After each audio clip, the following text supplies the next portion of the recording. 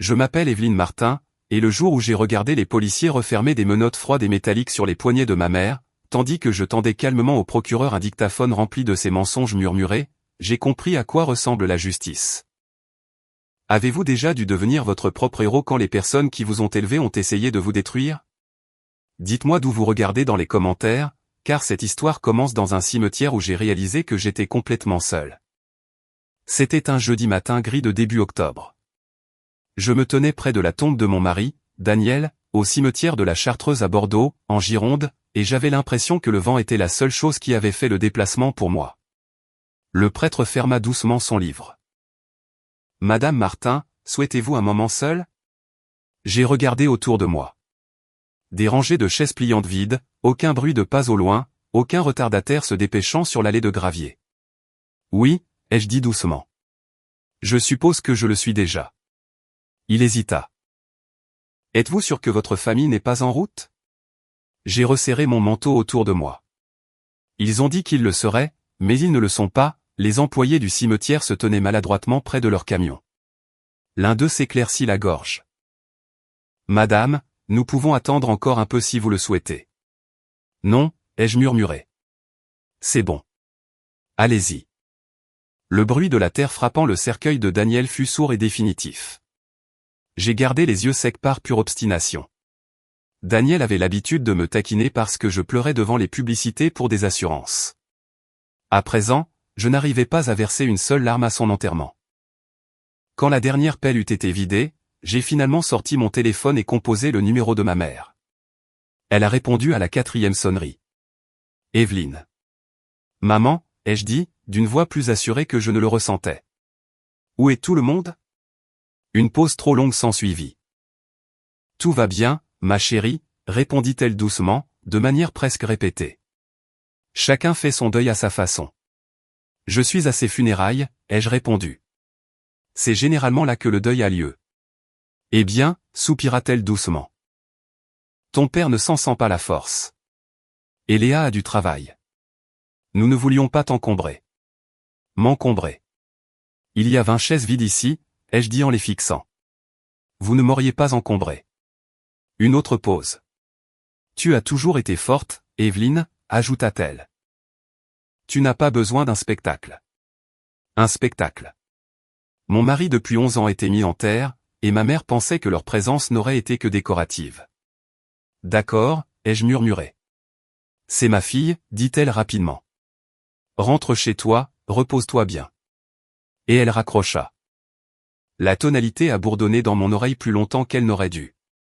Je suis resté là, fixant le nom de Daniel gravé dans le granit frais. Je suppose qu'il n'y a plus que nous, ai-je murmuré à la pierre. Le vent s'est levé, soulevant les bords de mon écharpe noire. J'ai senti quelque chose s'installer en moi. Pas la paix. Pas encore. La clarté. Daniel et moi étions inséparables depuis l'université. Il était le genre d'homme à donner un goût gastronomique à des toasts brûlés, simplement parce qu'il vous souriait en vous les tendant. Nous avions tout construit ensemble. Notre petit cabinet de conseil, notre maison de ville, notre vie tranquille. Nous n'avions pas d'enfants, bien que nous ayons essayé. Ce deuil-là était privé, c'était le nôtre.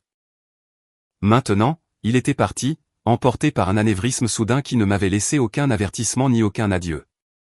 Et ma famille n'avait même pas fait acte de présence. Je me suis accroupi près de la tombe et j'ai pressé mes doigts gantés contre la terre froide. « Je suis désolé » ai-je murmuré. « Je ne sais pas ce que je suis censé faire sans toi. » Derrière moi, une portière de voiture a claqué quelque part au loin. Pendant une seconde de désespoir, j'ai cru qu'ils avaient peut-être changé d'avis, mais personne ne s'est avancé sur l'allée. Je me suis levé lentement, époussetant la terre de mes genoux. « Je vais me débrouiller » ai-je dit à Daniel. « Je te le promets. » Alors que je retournais vers ma voiture, le gravier crissait trop fort sous mes talons. Le silence semblait délibéré, intentionnel. À mi-chemin du parking, mon téléphone a de nouveau vibré. Un SMS de ma sœur, Léa, maman a dit que les funérailles se sont bien passées. Appelle-nous plus tard. Se sont bien passées. Comme s'il s'agissait d'un rendez-vous chez le dentiste. J'ai répondu, c'est terminé. 3 petits points sont apparus, puis ont disparu. Aucune réponse. Je me suis assise dans ma voiture et j'ai serré le volant jusqu'à ce que mes jointures blanchissent. Quelque chose se brisait en moi. Pas bruyamment, ni dramatiquement, mais en silence. De la même façon que la glace se fend sous la pression. En démarrant le moteur, j'ai jeté un dernier coup d'œil aux rangées de chaises vides qui se reflétaient dans mon rétroviseur. Et pour la première fois depuis la mort de Daniel, une question s'est clairement formée dans mon esprit, pourquoi ne sont-ils pas venus? Je ne savais pas encore que ces funérailles solitaires n'étaient que le début. Je me suis éloigné du cimetière sans me douter que les personnes qui avaient séché l'enterrement de mon mari planifiaient déjà la façon de m'enterrer à mon tour. Ce soir-là, à Codéran, j'étais recroquevillé sur le bord du canapé bleu délavé de Manon Bernard, le seul endroit qui me paraissait un tant soit peu sûr après avoir enterré mon mari toute seule. Manon était ma meilleure amie depuis notre première année d'université. Le genre de femme qui apportait des encas supplémentaires dans son sac à main, au cas où quelqu'un passerait une mauvaise journée. Quand elle a ouvert la porte de son appartement et vu mon visage, elle n'a posé aucune question. Elle m'a simplement fait entrer. « Tu n'as pas à traverser ça toute seule », a-t-elle murmuré dans mes cheveux. Et ce fut tout. Ce fut la faille dans mon armure, j'ai craqué. J'étais là, toute seule, ai-je sangloté contre son épaule. Personne n'est venu, pas même mes parents. Manon s'est reculée, les mains fermement posées sur mes bras. Comment ça, ils ne sont pas venus? Ils ont dit que chacun faisait son deuil à sa façon. Ses yeux bruns se sont assombris instantanément. Evelyne Martin, ce n'est pas faire son deuil. C'est de la cruauté. L'appartement sentait la camomille et les bougies à la vanille. Il y faisait chaud, trop chaud pour un mois d'octobre, mais je ne voulais pas que ce confort disparaisse. Elle m'a guidé vers le canapé et a enroulé une couverture en tricot autour de mes épaules. Voilà, a-t-elle annoncé en marchant vers la cuisine. Du thé fort, sucré, et non négociable. J'ai réussi à esquisser un faible rire. Tu as toujours aimé donner des ordres. Seulement quand tu oublies que tu as le droit de t'effondrer. Elle est revenue avec 2 grandes tasses et s'est assise en tailleur face à moi. Commence par le début. C'est ce que j'ai fait. Les chaises étaient vides, ai-je dit doucement. Toutes. Je n'arrêtais pas de croire que j'entendais une portière de voiture, mais ce n'était que le vent. La mâchoire de Manon s'est crispée. Tu les as appelés? Oui. J'ai fixé mon thé. Maman a dit que je n'avais pas besoin d'un spectacle. Manon a eu un véritable rictus de mépris. Des funérailles, ce n'est pas un spectacle. C'est du respect. Le silence s'est installé entre nous, lourd, mais pas hostile. Je pensais qu'ils s'en soucieraient, ai-je murmuré. Je pensais que perdre Daniel les adoucirait. Manon s'est penchée en avant et a serré ma main. Ta famille a toujours été compliquée, Ève, mais ça, c'est un autre niveau. J'ai acquiescé lentement. Elle n'avait pas tort. Ma mère, Caroline Laurent, avait toujours privilégié les apparences aux émotions. Mon père, Richard Laurent, suivait ses directives comme l'ombre suit le corps, silencieux et sans poser de questions. Et ma petite sœur, Léa, papillonnait là où l'attention était la plus forte. Pourtant, je n'aurais jamais imaginé cela. Manon pencha la tête. Ont-ils au moins pris de tes nouvelles après?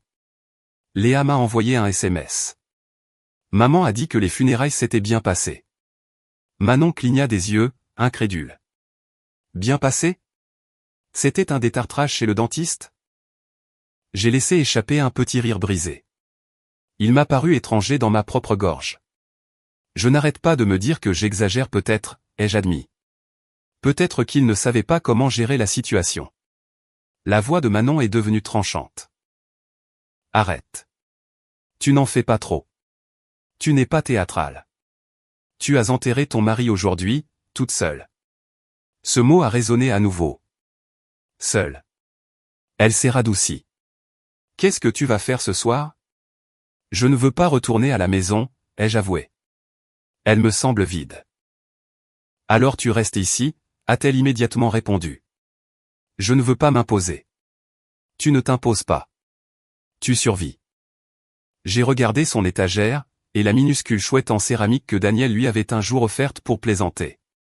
Il avait dit qu'elle avait un regard inquisiteur. Mon Dieu, ce qu'il me manquait. Manon, ai-je dit doucement.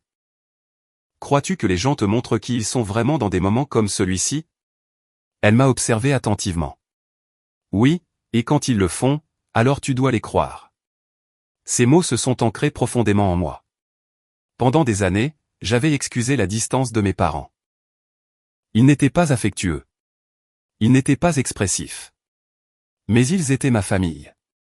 Pourtant, aujourd'hui, alors que j'avais le plus besoin d'eux, ils avaient choisi l'absence. Manon s'est levée et m'a de nouveau serré dans ses bras. Écoute-moi, a-t-elle dit fermement. Tu n'es pas folle.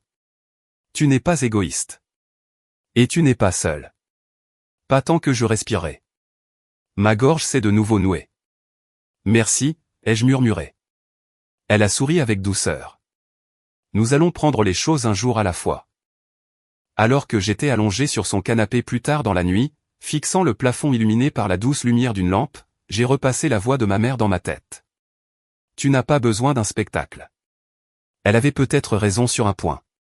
Je n'avais pas besoin d'un spectacle. J'avais besoin de la vérité. Et quelque chose au fond de moi me disait que ce qui se tramait sous le calme irréprochable de mes parents était bien plus grave que des condoléances manquées. J'ai fermé les yeux, laissant finalement l'épuisement m'emporter. Sans me douter que le lendemain matin allait voler en éclats ma compréhension de l'héritage de Daniel et de ma place au sein de ma propre famille. Le lendemain matin, dans le centre-ville de Bordeaux, je suis entré dans le cabinet d'avocat Clément Héroux avec les yeux gonflés, un manteau noir et l'engourdissement silencieux de quelqu'un qui n'avait plus de larmes. Le bureau n'était fait que de murs de verre et de sol en marbre poli, bien trop propre pour le deuil. Une réceptionniste au chignon impeccable m'a adressé un sourire compatissant. Madame Martin. Oui, Maître Clément est prêt à vous recevoir. Je l'ai suivi dans un couloir qui sentait légèrement la cire au citron. Daniel s'était toujours occupé de nos formalités administratives et juridiques. J'étais là pour signer les autorisations funéraires, les documents d'assurance, les formalités finales. Maître Thomas Clément s'est levé à mon entrée.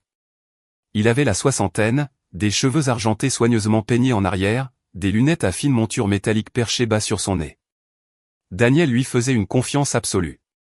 Evelyne, dit-il doucement en me tendant la main.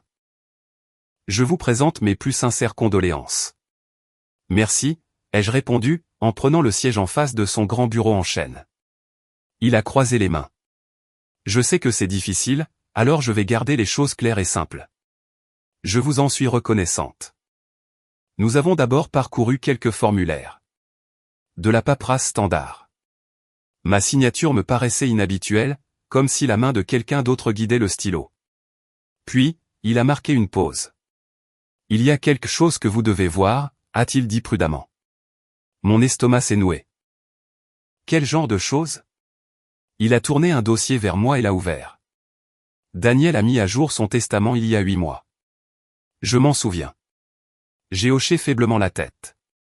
Il m'a dit que c'était juste par précaution. Maître Clément a ajusté ses lunettes. Il vous a tout laissé, Evelyne. J'ai cligné des yeux. Tout? Oui. Il a tapoté les documents. 3 appartements locatifs à La Rochelle, la propriété en bord de mer au Cap Ferret, et le cabinet de conseil, bien sûr. Je l'ai fixé, attendant des éclaircissements. La maison sur la plage, a-t-il hoché la tête, est entièrement payée. Ça doit être une erreur, ai-je dit immédiatement.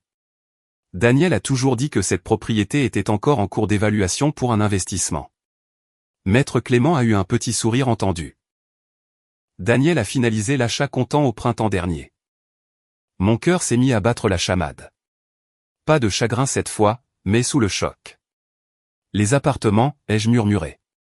Ils sont également à votre nom maintenant. Ils génèrent des revenus réguliers depuis des années.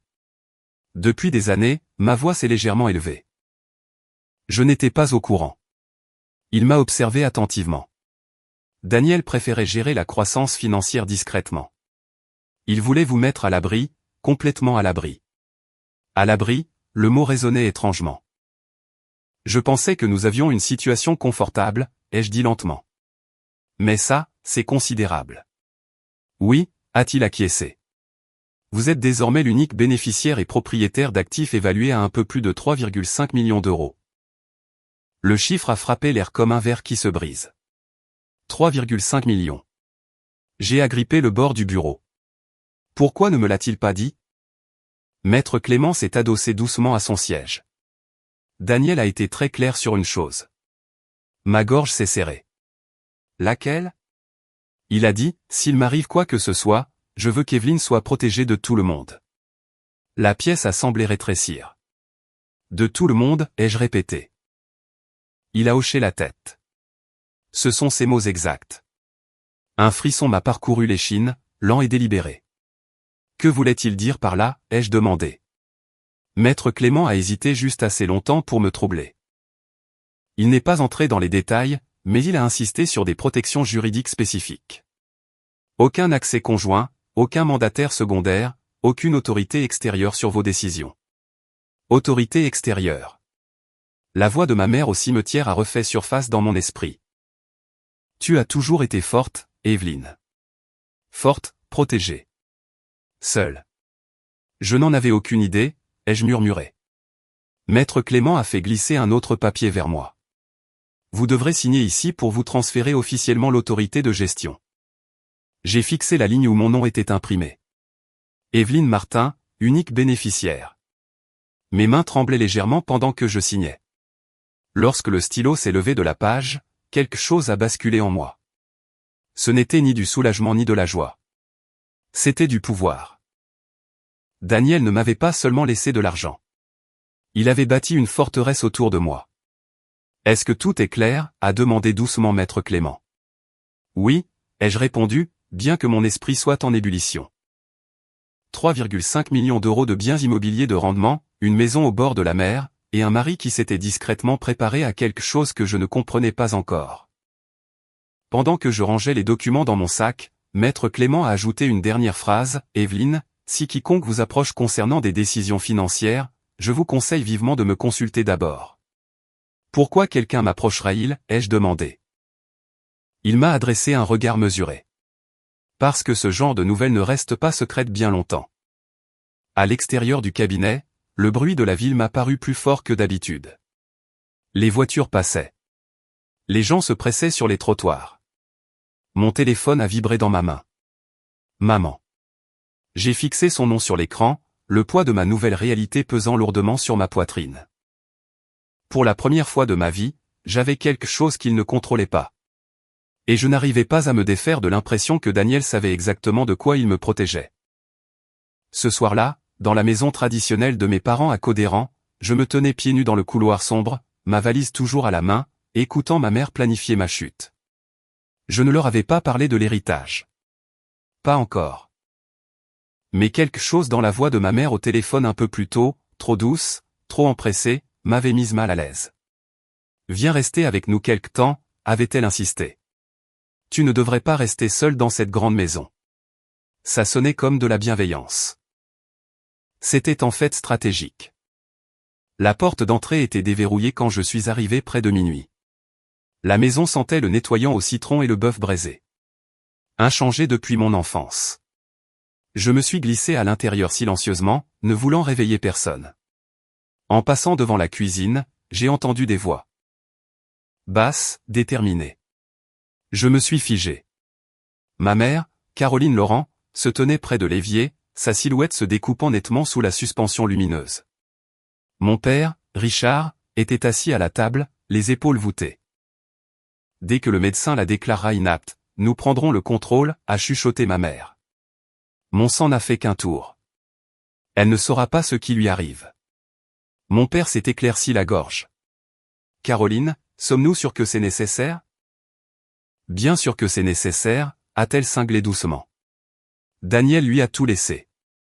Tout. Elle ne peut pas gérer ce genre de responsabilité dans cet état. Mon cœur battait à tout rompre contre mes côtes.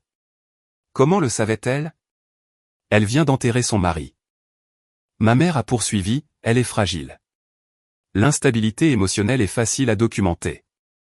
Tout de même, a marmonné mon père, l'affaire déclarée incapable. C'est temporaire, l'a-t-elle coupé. Juste le temps pour nous d'intervenir en tant que tuteur. Tuteur. Ce mot a été comme une lame glissant sous ma peau.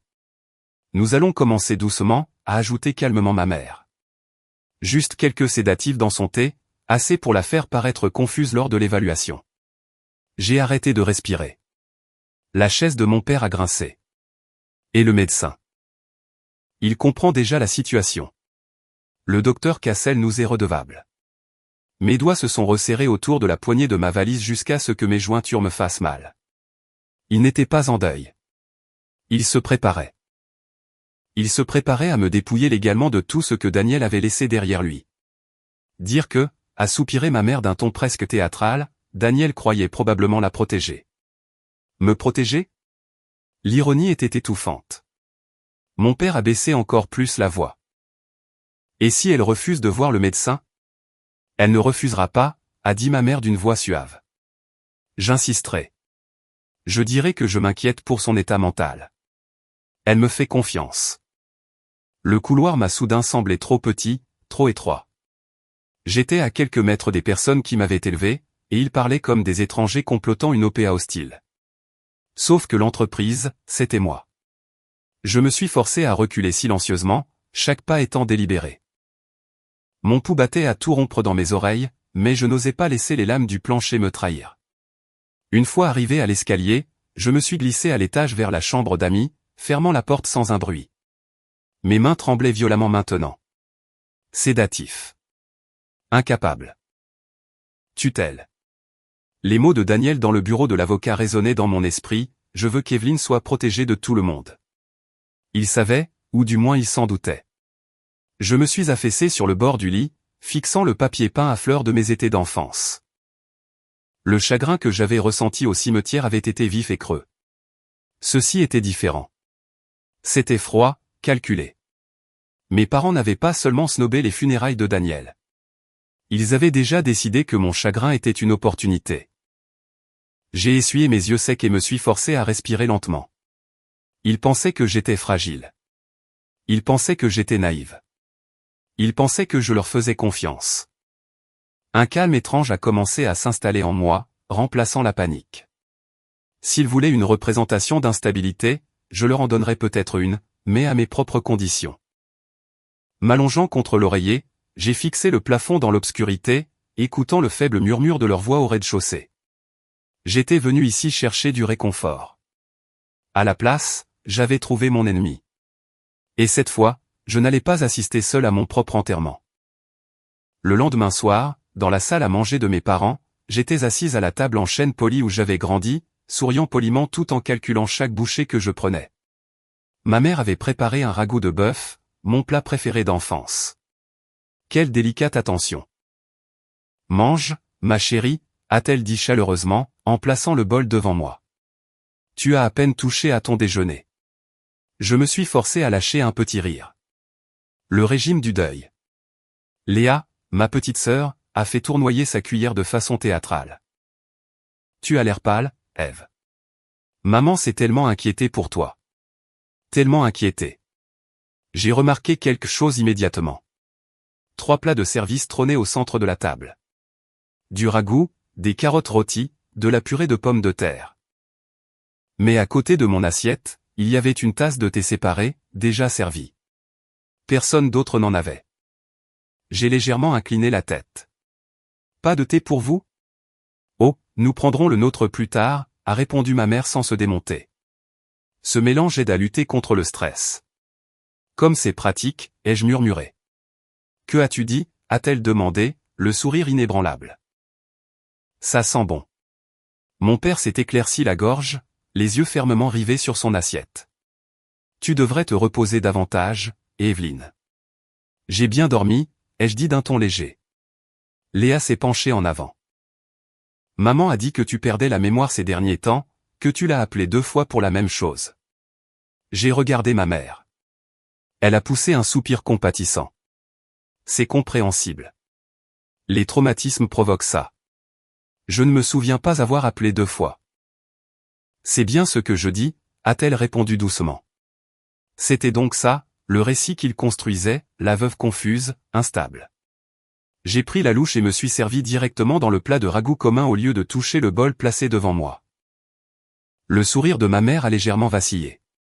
Tu ne veux pas de celui-là, a-t-elle demandé. Je préfère me servir moi-même, ai-je répondu. Ça m'aide à garder mes repères. Tes repères, a répété Léa avec un petit rire. Ève, tu n'es pas dans une zone de guerre. Non, ai-je dit calmement. Je suis juste prudente. L'atmosphère a changé. Mon père a remué sur sa chaise. Caroline, peut-être devrions-nous simplement la laisser manger. Ma mère a soudainement posé sa main sur la mienne, la serrant. Ma chérie, nous sommes de ton côté. Son contact m'a paru clinique. Je sais, ai-je dit doucement. Elle a fait glisser la tasse de thé plus près de moi. Bois avant que ça ne refroidisse. J'y ai jeté un coup d'œil. La vapeur s'enroulait paresseusement vers le haut. Daniel avait l'habitude de dire que mon instinct était d'une précision agaçante. À cet instant, il hurlait. Je le ferai, ai-je répondu. Mais à la place, j'ai soulevé mon verre d'eau et j'en ai bu une gorgée. Léa s'est mise à parler rapidement de la rupture d'une collègue. Trop rapidement. Son ton était excessivement enjoué, comme si elle avait répété comment avoir l'air normal. Maman, as-tu pris ce rendez-vous, a-t-elle demandé d'un ton désinvolte. Oui, a répondu ma mère sans hésiter. Le docteur Cassel peut la recevoir vendredi matin. Mon pouls a bondi. Oh, ai-je dit, en gardant une voix légère. Pourquoi faire? Juste un bilan de santé, a répondu ma mère. Après tout ce que tu as traversé. Quelle délicate attention. Elle s'est penchée. Nous avons peur que tu prennes des décisions impulsives. Comme le fait de conserver mon propre héritage. J'apprécie votre inquiétude, ai-je dit. Le thé restait intact. Les yeux de ma mère continuaient de se poser dessus. Léa l'a remarqué. Ève. Sérieusement, bois-le. Maman l'a préparé exprès pour toi. J'ai soutenu son regard sans broncher. Je n'ai pas soif. Silence. Mon père s'est levé brusquement. Je vais débarrasser les assiettes. Le sourire de ma mère s'est crispé. Tu m'as toujours fait confiance, Evelyne. Cette phrase était un appât. C'est vrai, ai-je répondu prudemment. Elle m'a étudié, cherchant des failles. Au lieu de cela, je me suis concentré sur les plats partagés, sur le fait que tout ce que je consommais avait été visible, commun, et sans danger. Le dîner s'est terminé avec une politesse forcée et des « bonne nuit » creux. En me levant de table, j'ai délibérément ramassé la tasse de thé intacte. Je ne voudrais pas que ça se perde, ai-je dit légèrement. Les épaules de ma mère se sont détendues d'une simple fraction. À l'étage, dans la salle de bain des invités, j'ai verrouillé la porte doucement. Puis, j'ai versé le thé directement dans l'évier. Le liquide a tourbillonné dans le siphon comme un secret. J'ai rincé la tasse, je l'ai remplie d'eau chaude du robinet et je l'ai ramenée en bas. Je me sens déjà mieux, ai-je annoncé doucement. Le sourire de ma mère est revenu, victorieux. Mais alors que je croisais son regard, quelque chose de non dit est passé entre nous. Elle pensait que je perdais pied. Je savais qu'elle complotait. Et pour la première fois, je n'avais pas peur. J'observais. Le lendemain soir, dans le salon de mes parents, j'étais recroquevillé dans le fauteuil près de la fenêtre, faisant semblant de lire tout en attendant que la représentation commence. Pile au bon moment, ma mère est entrée, portant une tasse de thé en porcelaine sur une soucoupe. Je t'ai préparé un autre mélange, a-t-elle dit d'une voix mielleuse. Pour t'aider à dormir. Quelle délicate attention, ai-je répondu en abaissant mon livre. Elle me l'a tendu avec précaution, surveillant mes mains comme si elle risquait de me trahir. Mon père traînait dans l'encadrement de la porte. Bois-le pendant qu'il est chaud, a-t-il ajouté de façon presque mécanique. J'ai porté la tasse à mes lèvres. J'ai marqué une pause, et j'ai souri. À vrai dire, ai-je dit d'un ton léger. Je devrais d'abord arroser cette fougère. Elle fait grise mine. Une grande fougère en pot trônait près de la télévision. Une terre épaisse, suffisamment profonde pour engloutir des secrets. Je m'y suis approché nonchalamment et j'ai incliné la tasse comme si j'étais distraite. Le liquide a disparu dans la terre. Quelle maladroite je fais. J'ai ri doucement. Je suppose que la plante en avait plus besoin que moi. Les yeux de ma mère se sont plissés de façon presque imperceptible. Tu n'as pas soif. Je suis épuisé, ai-je murmuré. J'ai l'esprit embrouillé. Ce mot a flotté magnifiquement dans l'air. Embrouillé. Ma mère a échangé un coup d'œil furtif avec mon père. Tu vois, a-t-elle murmuré. Ça commence. J'ai fait semblant de ne pas entendre. Le lendemain matin, j'ai entamé la phase 2. Je bougeais plus lentement que d'habitude. J'ai laissé mes épaules s'affaisser. Je me suis répété une fois au petit déjeuner. Est-ce que j'ai déjà demandé quel jour on est, ai-je marmonné. La fourchette de Léa s'est arrêtée en l'air. Oui, 2 fois. Oh, ai-je dit faiblement. L'inquiétude de ma mère irradiait comme un projecteur. Richard, nous ne pouvons plus ignorer cela. Je suppose que non, a soupiré mon père. En milieu de matinée, nous étions dans la voiture, en direction du cabinet du docteur Cassel. Le bâtiment était petit, en briques, discret. Un cabinet de médecine générale respectable. À l'intérieur, la salle d'attente sentait légèrement l'antiseptique et l'amande poivrée. Ma mère a gardé sa main sur mon genou tout le long. Réponds simplement honnêtement, a-t-elle chuchoté. Pas la peine de te forcer. Je vais essayer, ai-je soufflé, en écarquillant les yeux juste assez pour paraître incertaine. Le docteur Henri Cassel nous a accueillis avec un sourire crispé. Il approchait de la soixantaine, avec une moustache soigneusement taillée et une alliance en or poli jusqu'à la brillance. Evelyne, a-t-il dit chaleureusement. J'ai été si désolé d'apprendre pour Daniel. Merci, ai-je répondu doucement. Il a fait un geste vers la salle d'examen. Parlons en privé. Ma mère a hésité. Nous préférerions rester. Le docteur Cassel a ajusté ses lunettes. Procédure standard. À contre-cœur, ils sont sortis. Une fois la porte fermée, son expression a changé, professionnelle, scrutatrice. Comment vous sentez-vous vraiment, a-t-il demandé.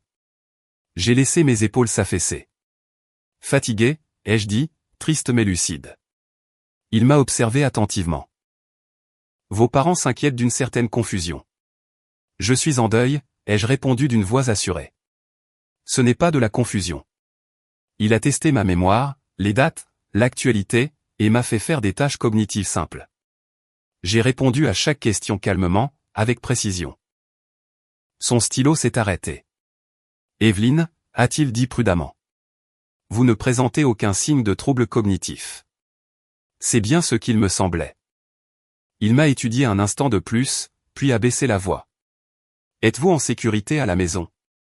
La question a résonné plus lourdement que n'importe quoi d'autre ce jour-là. Oui, ai-je répondu après un temps d'arrêt. Pour l'instant. Lorsque mes parents sont revenus, les yeux de ma mère ont avidement scruté son visage. Alors, a-t-elle demandé. Le docteur Cassel s'est éclairci la gorge. Je ne vois aucune base médicale pour déclarer Evelyne mentalement inapte. Silence. Mais elle perd la mémoire, a insisté ma mère. Elle est en deuil, a-t-il corrigé doucement. Ce n'est pas de l'incapacité. Léa a remué, mal à l'aise. Mon père avait l'air soulagé. Où était-ce déçu? Le calme de ma mère s'est fissuré juste une seconde. Je vois, a-t-elle dit d'un ton sec. J'ai lentement levé les yeux. Je suppose que j'avais juste besoin de repos. Le docteur Cassel m'a jeté un regard subtil, presque désolé. Alors que nous quittions le cabinet, ma mère marchait devant à vive allure, ses talons claquant sèchement sur le carrelage.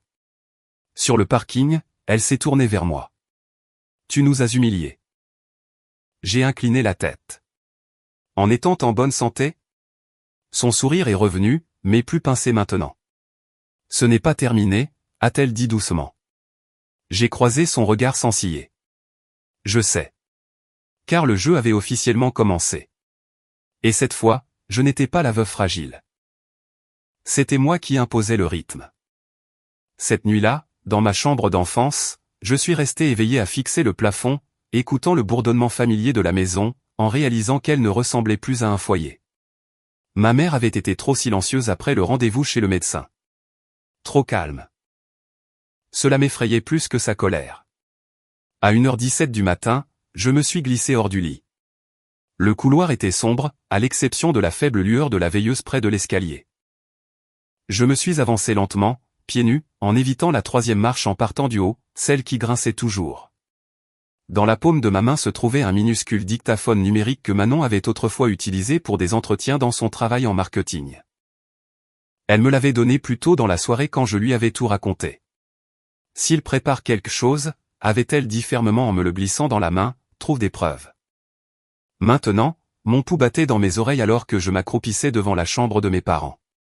Leur porte était fermée. De légers murmures filtraient à travers. Je n'ai pas hésité. Au lieu de cela, je me suis dirigé vers la bouche d'aération du couloir, juste à côté de leur chambre. L'ancienne grille métallique était reliée à leur conduit de chauffage. Le son y voyageait comme des commérages à l'église.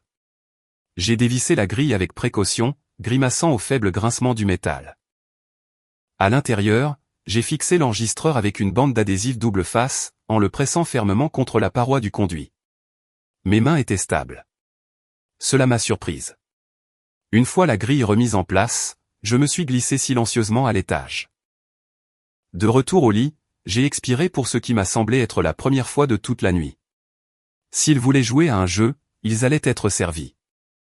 Le lendemain matin, je suis parti tôt sous prétexte d'avoir besoin d'air et j'ai roulé directement jusqu'à l'appartement de Manon. Au moment où elle a ouvert la porte, je me suis effondré dans ses bras. Ils n'ont pas fini, ai chuchoté. Je sais, a-t-elle dit doucement en me guidant à l'intérieur. Assieds-toi. Son appartement ressemblait à un territoire neutre, sûr et chaleureux. Elle m'a tendu une grande tasse de café, fort et sans équivoque. Raconte-moi tout. J'ai raconté le rendez-vous chez le médecin. La fureur silencieuse de ma mère. Le dictaphone maintenant caché dans la bouche d'aération. Les yeux de Manon se sont écarquillés. Tu l'as vraiment fait. Oui. Elle a lâché un sifflement grave. Evelyne Martin. J'ai toujours su que tu avais des nerfs d'acier. Je ne me sens pas forte, ai-je admis. Je me sens traquée. Elle s'est penchée en avant. Tu n'es pas traquée. Tu es préparée. Ma voix s'est brisée. Ce sont mes parents, Manon. Qui fait ça à sa propre fille? Le genre de personne qui voit une opportunité au lieu du deuil, a-t-elle répondu brutalement. Des larmes ont coulé avant que je ne puisse les retenir. Ils veulent me déclarer incapable. Ils veulent avoir le contrôle sur tout ce que Daniel m'a laissé. La mâchoire de Manon s'est crispée. Alors nous allons nous assurer que ça n'arrivera jamais. Elle a attrapé son téléphone. Mon frère travaille au bureau du procureur, a-t-elle dit. Il est substitut du procureur. Si ce que tu dis est vrai, s'il complote pour te droguer et falsifier une évaluation médicale, c'est un acte criminel. Le mot criminel a résonné étrangement. Je ne veux pas qu'il soit arrêté, ai-je murmuré par réflexe.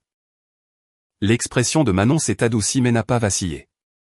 Ève, ils étaient prêts à te sédater, à te dépouiller de tes droits. Je me suis essuyé le visage. Je sais. Elle m'a serré la main. Ne décidons rien pour l'instant. D'abord, nous obtenons des preuves. Des preuves solides. J'ai hoché la tête lentement. Des preuves, pas des soupçons, pas de l'instinct. Des preuves tangibles. Mon téléphone a vibré sur la table. Un SMS de ma mère, rentre à la maison pour le dîner. Nous devons parler. Manon a haussé un sourcil. Qu'est-ce que tu vas faire, a-t-elle demandé. J'ai fixé le message, sentant ce calme désormais familier s'installer dans ma poitrine. Je rentre à la maison, ai-je dit doucement. Et je vais écouter. Ce soir-là, je suis retourné à la maison avec un sourire poli et les yeux baissés. Ma mère m'a accueilli à la porte avec une chaleur troublante. Te voilà, a-t-elle dit. Nous étions inquiets. Ne le soyez pas, ai-je répondu doucement. Mais en entrant à l'intérieur, j'ai jeté un bref coup d'œil vers la bouche d'aération du couloir. Le dictaphone était toujours là, attendant toujours. Et pour la première fois depuis les funérailles de Daniel, j'ai ressenti quelque chose de plus fort que le chagrin. De la stratégie. Cette nuit-là, dans ma chambre d'enfance, la porte verrouillée et les lumières éteintes, je me suis assise en tailleur sur le sol et j'ai appuyé sur lecture. Le voyant rouge du minuscule enregistreur a clignoté une fois. Des parasites. Puis la voix de ma mère, claire, froide, concentrée. Nous ne lui en avons pas assez donné la dernière fois, murmurait-elle. La prochaine fois, double la dose. Mon estomac s'est retourné. Mon père a répondu, plus bas, mal à l'aise. Es-tu sûr que c'est sans danger? Elle ne se souviendra de rien, a répondu ma mère sèchement. Elle a déjà l'air épuisée. Si elle trébuche un peu pendant l'évaluation, ça scelle tout.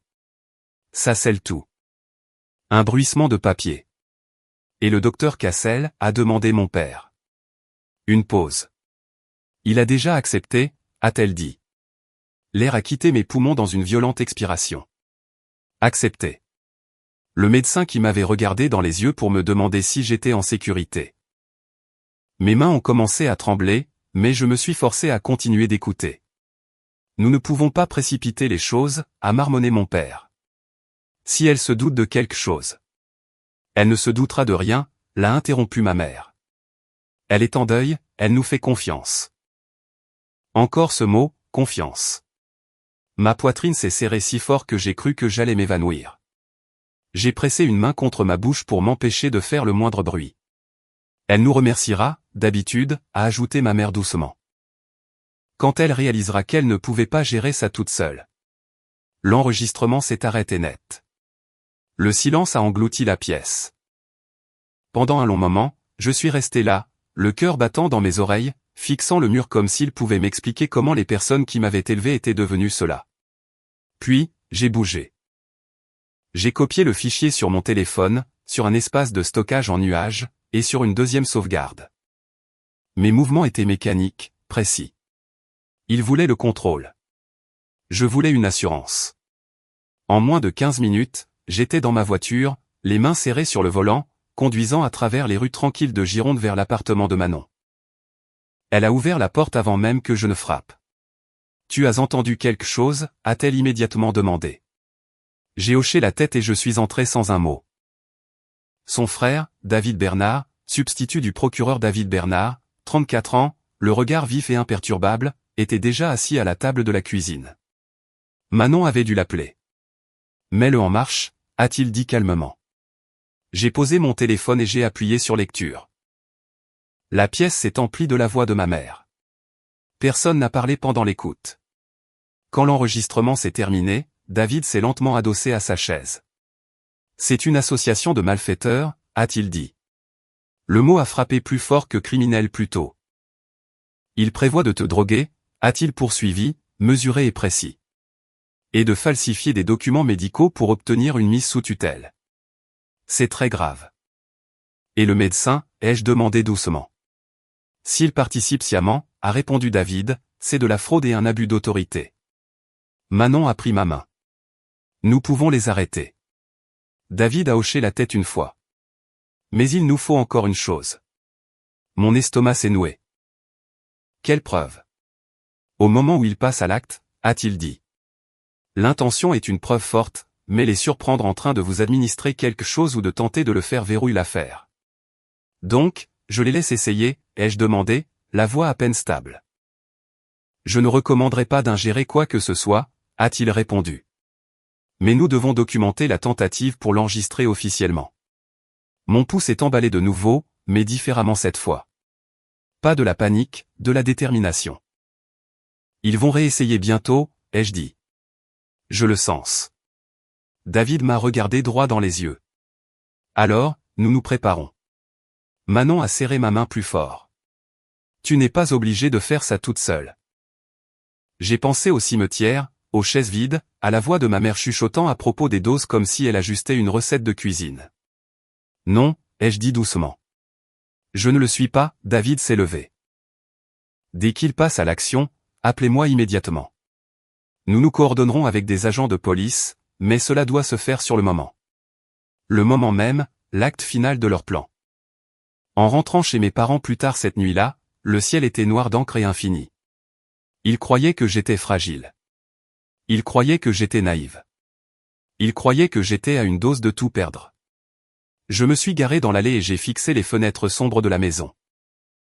À l'intérieur, ma mère dormait probablement paisiblement, confiante, certaine de tout contrôler.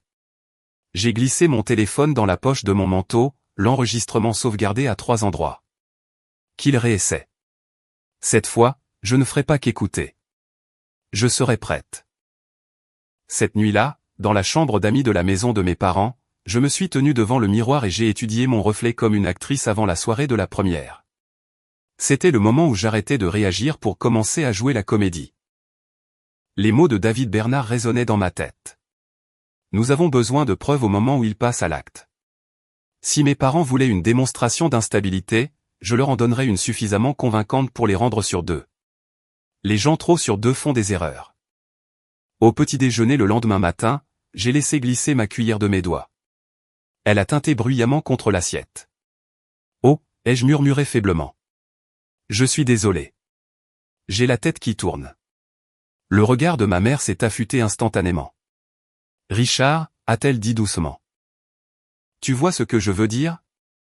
Mon père a hoché la tête trop vite. Oui, oui, je le vois. Léa m'a regardé avec une expression indéchiffrable. Une curiosité nerveuse, peut-être. Je n'ai pas bien dormi, ai-je ajouté en pressant mes doigts contre ma tempe. Tout me semble flou. Ma mère a tendu le bras au-dessus de la table et a serré mon poignet. C'est d'accord, ma chérie. Nous allons prendre soin de toi. Prendre soin de moi. J'ai baissé les yeux. Je ne pense pas pouvoir gérer les finances en ce moment, ai-je chuchoté délibérément. Chaque fois que je regarde la paperasse, ça me submerge. C'était là, l'appât. Ma mère a inspiré lentement, cachant sa satisfaction sous des airs d'inquiétude. C'est tout à fait compréhensible. Je ne me fais pas confiance pour prendre des décisions, ai-je continué doucement. Mon père a bougé sur sa chaise. C'est peut-être le moment de revoir les options. Oui, a acquiescé ma mère. Une aide temporaire, juste le temps que tu sois stable. J'ai laissé une larme couler sur ma joue. Je ne veux pas tout gâcher. Tu ne gâcheras rien, m'a-t-elle assuré d'une voix mielleuse. Nous y veillerons. Je me suis excusé et je suis monté à l'étage, verrouillant la porte derrière moi. Mes mains tremblaient, non de peur, mais d'adrénaline. J'ai sorti mon téléphone et envoyé un unique SMS à David Bernard, il passe à l'action. Sa réponse est arrivée quelques secondes plus tard, ne consommez rien si vous pouvez l'éviter. Gagnez du temps jusqu'à ce qu'ils aillent plus loin. J'ai expiré lentement. C'était le moment. Ce soir-là, ma mère a de nouveau insisté pour préparer du thé. Une tasse différente, le même sourire. Tu as besoin de repos, a-t-elle dit en la plaçant doucement dans mes mains. Mon père se tenait derrière elle, silencieux mais attentif. Léa rôdait près de la porte. Tous les yeux étaient fixés sur moi. J'ai soulevé la tasse. Mon cœur battait si fort que je me demandais s'il pouvait l'entendre. Bois, m'a encouragé doucement ma mère. J'ai pris une petite gorgée. C'était amer. Anormal. Mais j'ai avalé. Pas assez pour me sédater, juste assez pour convaincre. En quelques minutes, j'ai laissé mon corps se relâcher. La pièce a basculé parce que je l'ai faite basculer. Je ne me sens pas bien, ai-je chuchoté, laissant la tasse glisser de mes doigts. Elle s'est fracassée contre le parquet. Ma mère a attrapé mes épaules. Richard, maintenant. Mon père s'est emparé de son téléphone. Appelle le docteur Cassel, a-t-elle ordonné. À travers mes paupières mi-closes, je les observais. Ce n'était pas de la panique. C'était une chorégraphie. Léa s'est agenouillée à côté de moi. Ève, tu m'entends? J'ai laissé mes mots s'empâter. Tellement fatigué. Ma mère a tendrement écarté les cheveux de mon visage. C'est d'accord, ma chérie. Nous allons arranger ça. Arranger ça. Des bruits de pas, de l'urgence, du mouvement. La voix de mon père au téléphone. Ça arrive. Son état se détériore rapidement. Je me suis concentré sur une respiration régulière, pour rester consciente, pour attendre. Car à l'extérieur de cette maison, des officiers se préparaient déjà. J'étais entré dans leur piège de mon plein gré. Nous allions voir à présent sur qui ils se refermeraient. Pendant que ma mère me caressait les cheveux en me chuchotant des mots rassurants, j'ai réalisé quelque chose de glaçant. Elle croyait vraiment bien faire. Cela la rendait plus dangereuse, mais cela la rendait aussi imprudente. Et les personnes imprudentes laissent des preuves. J'ai laissé ma tête rouler sur le côté, les paupières papillonnantes. Aide-moi, ai-je soufflé faiblement. C'est ce que je fais, a-t-elle chuchoté en retour. Oui, elle le faisait, mais pas de la manière dont elle le pensait. Et pour la première fois depuis la mort de Daniel, j'ai ressenti quelque chose de plus fort que le chagrin, le contrôle. Cette nuit-là, dans le salon de mes parents, j'étais à moitié affaissé contre les coussins du canapé, forçant mon corps à sembler plus lourd qu'il ne l'était pendant que ma mère resserrait son emprise sur mes épaules. Elle perd connaissance, a dit mon père d'un ton urgent dans son téléphone. Nous avons besoin de vous maintenant. Le docteur Cassel est arrivé en moins de 20 minutes. Trop vite. Il est entré avec une sacoche médicale en cuir et une expression soigneusement composée pour afficher de l'inquiétude. Evelyne, a-t-il dit en s'agenouillant près de moi. M'entendez-vous? J'ai laissé mes paupières battre. Oui, ai-je murmuré faiblement.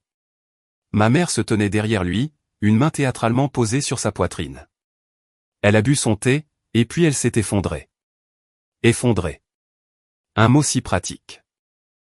Le docteur Cassel a vérifié mon pouls, a braqué une lampe stylo dans mes yeux, et m'a posé des questions d'orientation simples. En quelle année sommes-nous? J'ai fait une pause délibérée. 2026, ai-je chuchoté, même si c'était bien 2026. Assez proche pour paraître faux. Ma mère a pris une brusque inspiration. Vous voyez? Quel mois, a-t-il insisté? Mars, ai-je dit faiblement. C'était en octobre. Mon père faisait les 100 pas dans la pièce. Son état se détériore. Le docteur Cassel s'est rassis sur ses talons, sortant un porte-bloc de sa sacoche. J'ai examiné les inquiétudes précédentes, a-t-il dit calmement. Combiné à cet épisode aigu. Il n'a pas terminé sa phrase. Il n'en avait pas besoin. Mon cœur battait dans mes oreilles alors que je le regardais commencer à remplir les documents. Nous y étions. Le certificat d'incapacité temporaire.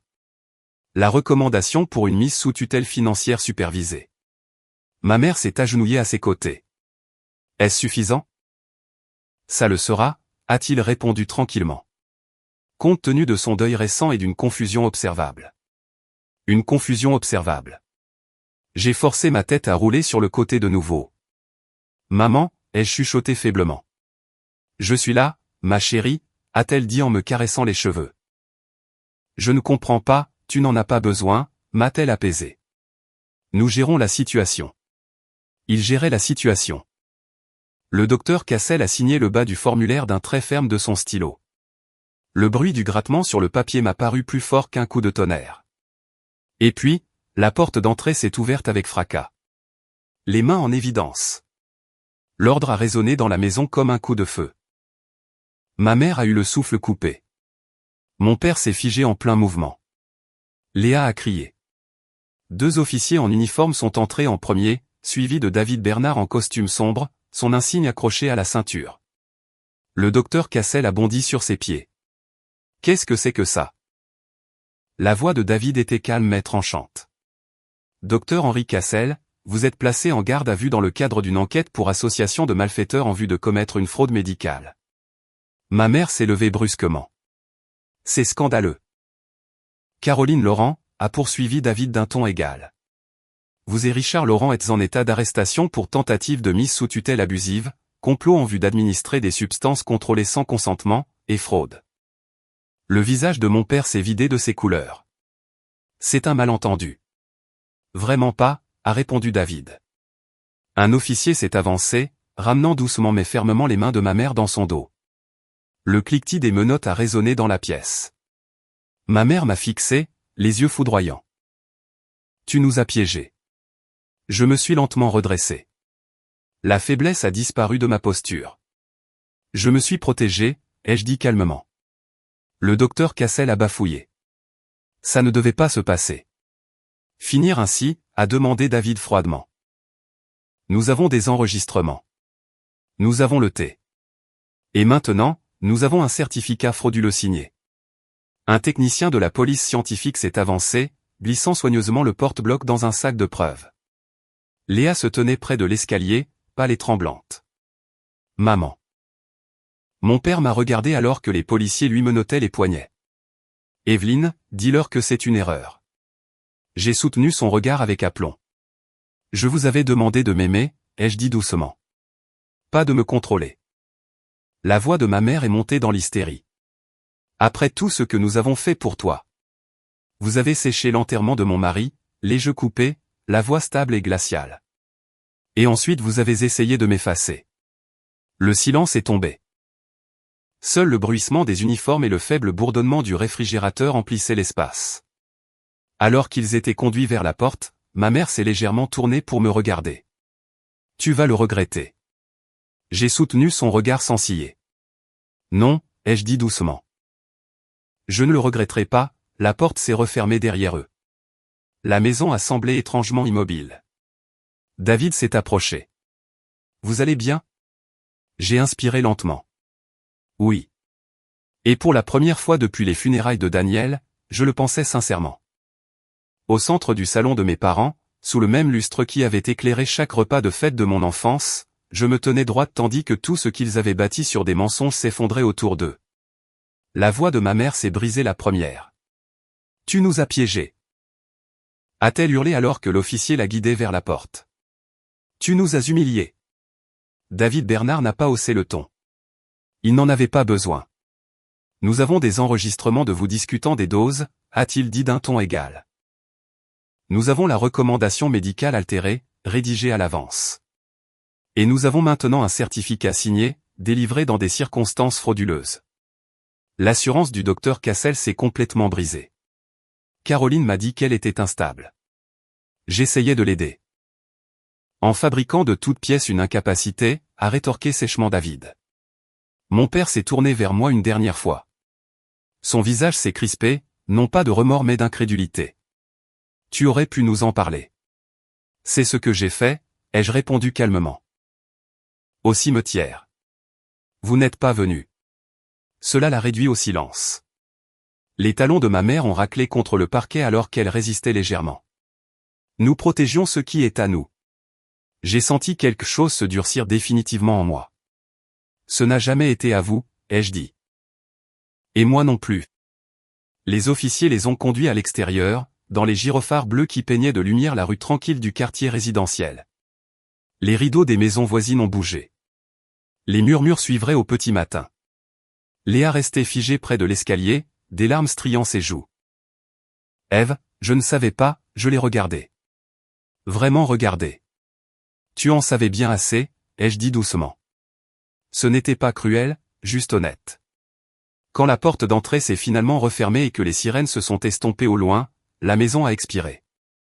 David s'est approché. Vous avez fait exactement ce qu'il fallait faire. J'ai jeté un coup d'œil autour de moi aux meubles familiers, aux portraits de famille sur les murs, des versions souriantes de personnes que je reconnaissais désormais à peine. J'ai peut-être perdu un mari, ai-je dit doucement, en ressentant tout le poids de la situation pour la première fois. Puis, j'ai redressé les épaules.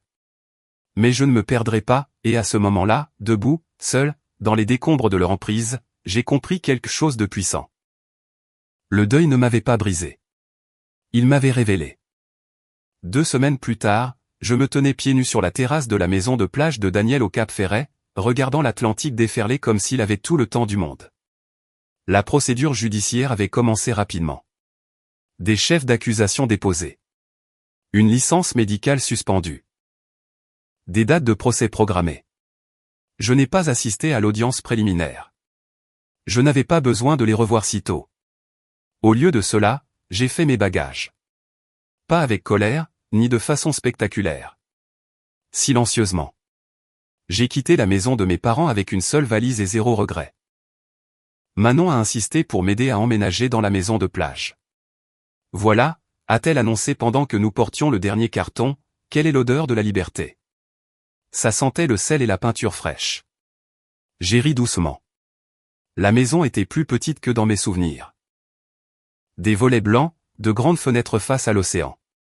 Daniel avait toujours dit que ce serait notre endroit pour un jour. Je suppose que ce un jour est arrivé différemment de ce que nous avions prévu. Manon m'a tendu un verre de vin et l'a fait teinter contre le mien. Au nouveau départ, a-t-elle dit. Et au coucher de soleil en bord de mer, ai-je ajouté. Nous nous sommes tenus ensemble à la rambarde tandis que le ciel devenait doré, puis violet. Pour la première fois depuis le cimetière, le deuil me paraissait sain plutôt qu'étouffant. Je n'arrête pas de penser à ce que ta mère a dit, a murmuré Manon prudemment. Sur le fait de protéger ce qui lui appartenait. J'ai fixé l'horizon. Je n'ai jamais été une propriété, ai-je répondu. Et l'héritage de Daniel non plus. Elle a souri. Tu es différente, tu sais. Comment ça? Plus forte, plus vive. J'ai laissé la brise soulever mes cheveux. Non, ai-je dit doucement. Juste éveillé. Cette nuit-là, seul dans la chambre principale avec vue sur l'eau, j'ai ouvert les fenêtres et laissé le bruit des vagues remplir le silence. La maison ne semblait pas vide. Elle semblait méritée. J'ai traversé chaque pièce lentement, touchant les murs, les plans de travail, les encadrements de portes, m'ancrant dans quelque chose qui m'appartenait sans condition. Daniel m'avait protégé dans la vie. Mais dans la mort, il m'avait donné, sans le savoir, quelque chose d'encore plus grand, la preuve que je pouvais me protéger moi-même. En me glissant dans le lit, le clair de lune se répandant sur le parquet, j'ai chuchoté dans la pièce silencieuse, je suis toujours là. Et pour la première fois depuis longtemps, je ne chuchotais pas pour survivre. Je chuchotais pour recommencer. 1 an plus tard, par un matin radieux de septembre le long du littoral aquitain, je me tenais pieds nus dans le sable derrière le centre de ressources pour femmes du Cap Ferret, regardant 12 femmes s'entraîner à se libérer d'une prise au poignet. Encore, ai-je appelé doucement. Utilisez vos hanches. La puissance ne vient pas de la panique. Elle vient de l'effet de levier. Elle riait, à bout de souffle, mais déterminée. Je n'étais pas une experte en arts martiaux. Je n'étais pas avocate. Mais au cours de l'année écoulée, j'étais devenue autre chose. Consciente. Après les arrestations, l'affaire a avancé rapidement. Les enregistrements ne mentent pas. Les traces écrites n'oublient pas. Le docteur Cassel a perdu sa licence. Mes parents ont accepté une peine négociée comprenant une mise à l'épreuve, des amendes, et une interdiction permanente de solliciter à nouveau une mise sous tutelle. Léa a déménagé dans une autre région. Nous échangions de brefs SMS. Désormais, nous étions prudentes, distantes, polies. Certains ponts brûlent en silence. J'ai choisi de ne pas les reconstruire. À la place, j'ai construit autre chose. La maison de plage est devenue bien plus que l'investissement de Daniel. Elle est devenue mon point d'ancrage. Les matins commençaient par un café sur la terrasse. Les après-midi, par la gestion des appartements que Daniel m'avait laissés. Les soirées, par de longues promenades au bord de l'eau où je lui parlais, non plus avec chagrin, mais avec gratitude. Manon aimait plaisanter en disant que je m'étais transformé en Evelyne version bord de mer. Mais la véritable transformation s'est produite lorsqu'une femme nommée Teresa s'est présentée au centre pour femmes l'hiver dernier. Elle avait failli être placée sous tutelle financière par un ex-conjoint affirmant qu'elle était émotionnellement instable. Cette phrase m'a frappé comme une impression de déjà-vu. Je l'ai aidée à tout documenter. Je l'ai mise en contact avec David Bernard. Je me suis assise à ses côtés au tribunal. Quand le juge a rejeté la requête, Teresa a serré ma main et a murmuré « Vous m'avez sauvé ». Ce n'était pas moi. J'avais simplement reconnu le mode opératoire. La nouvelle s'est répandue discrètement. Bientôt, je me suis mise à faire du bénévolat 2 fois par semaine, enseignant des techniques de base d'autodéfense, mais plus important encore, dispensant une sensibilisation juridique. Qu'est-ce qu'une mise sous tutelle, demandai-je au groupe. Comment documentez-vous la contrainte? Quels sont vos droits? Le cours d'aujourd'hui s'est terminé sous les applaudissements, les joues rougies. Alors que les femmes ramassaient leurs sacs, l'une d'entre elles, jeune, peut-être 23 ans, s'est attardée. Je ne pensais pas être assez forte, a-t-elle admis doucement. J'ai souri. Tu n'as pas besoin d'une foule pour reprendre ton pouvoir, lui ai-je dit. Tu as juste besoin de clarté. La brise de l'océan a emporté les mots, mais elle a hoché la tête, comme pour s'y accrocher. Une fois que tout le monde fut parti, je suis descendu seul jusqu'au rivage. Le soleil se reflétait sur l'eau en éclats dorés. 1 an plus tôt, je me tenais près d'une tombe, pensant avoir tout perdu. Maintenant, je comprenais les choses différemment. La perte ne vous efface pas. Elle vous révèle. Je me suis accroupi, laissant les vagues laver mes doigts. J'ai tenu ma promesse, ai-je chuchoté à l'horizon. Je me suis débrouillé. L'absence de Daniel ne ressemblait plus à une blessure à vif. Elle ressemblait à une fondation. En retournant vers le centre, le sable chaud sous mes pieds, j'ai jeté un coup d'œil à la maison au loin. Ce n'était plus seulement une maison sur la plage. C'était une preuve. La preuve que la dignité, une fois menacée, peut être défendue. La preuve que la trahison n'a pas le dernier mot. Et la preuve que même une veuve discrète peut devenir son propre protecteur. Si vous avez déjà dû tenir tête à quelqu'un qui vous sous-estimait, dites-moi d'où vous regardez cette vidéo. Et quel a été le moment où vous avez décidé que c'en était assez? Car parfois, la vengeance la plus puissante n'est pas la destruction, c'est de devenir intouchable. Google Search Suggestion. Display of Search Suggestion is required when using grounding with Google Search. Learn more. USD 2 Euro Exchange Rate.